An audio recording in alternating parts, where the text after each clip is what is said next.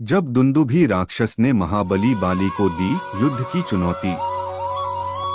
बाली अत्यंत शक्तिशाली व महापराक्रमी राजा था, जिसके सामने कोई भी नहीं टिक सकता था। उसे ब्रह्मा जी से मिले वरदान के कारण शत्रु की आधी शक्ति उसके अंदर आ जाती थी, जिस कारण उसे पराजित करना असंभव था। इसी कारण उसकी ख्याति दूर दूर तक फैली हुई थी। बाली प्रतिदिन सूर्योदय के समय चारों दिशाओं की परिक्रमा करता था और पर्वतों से गेंद की भांति खेला करता था। बाली व दुंदुभी युद्ध की कथा। उसी समय में पराक्रमी दुंदुभी नाम का एक राक्षस था, जो भैंसे के रूप में पर्वत जितना विशाल था। उसके अंदर भी अथाह शक्ति थी, जिसके दम पर वह दूसरों को चुनौती दिया करता था।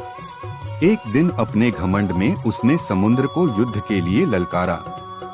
तब समुद्र देव ने उससे कहा कि वह सबसे शक्तिशाली नहीं है, इसलिए वह जाकर हिमालय पर्वत से लड़े, क्योंकि वे उनसे ज्यादा शक्तिशाली है। यह सुनकर दुंदुभी हिमालय पर्वत के पास गया और पर्वत देव को युद्ध के लिए ललकारा।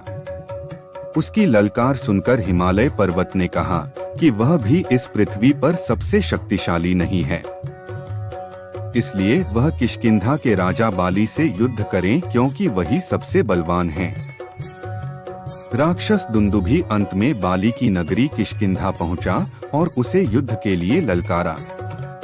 शत्रु की पुकार सुनकर बाली अत्यंत क्रोध से भर गया। वह उसकी चुनौती स्वीकार कर ली।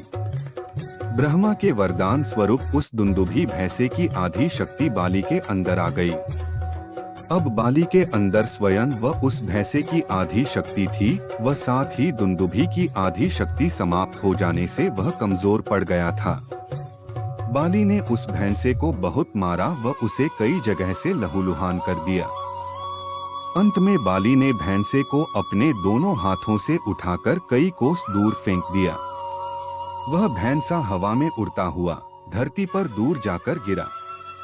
बीच में मतंग ऋषि का आश्रम आता था, जहां उस भैंसे के शरीर से निकलता हुआ रक्त गिरा।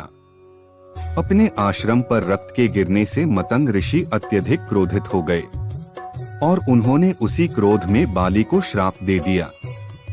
मतंग ऋषि ने बाली को श्राप दिया कि भविष्य में वह उनके आश्रम के आसपास की लगभग 1 योजन की भूमि पर नहीं आ सकता। यदि वह इस भूमि में आने का प्रयास करेगा तो उसी समय उसकी मृत्यु हो जाएगी। ऋषि मतंग के इसी श्राप के कारण बाली धरती पर कहीं भी जा सकता था, लेकिन उस आश्रम के आसपास की भूमि व वहां स्थित ऋष्यमुख पर्वत के पास नहीं भटक सकता था। दोस्तों, अगर वीडियो पसंद आई हो तो वीडियो लाइक करें और इस चैनल को सब्सक्राइब करें, क्योंकि इस चैनल पर हम आपके लिए ज्ञानवर्धक और धार्मिक कहानियां लाते रहते हैं।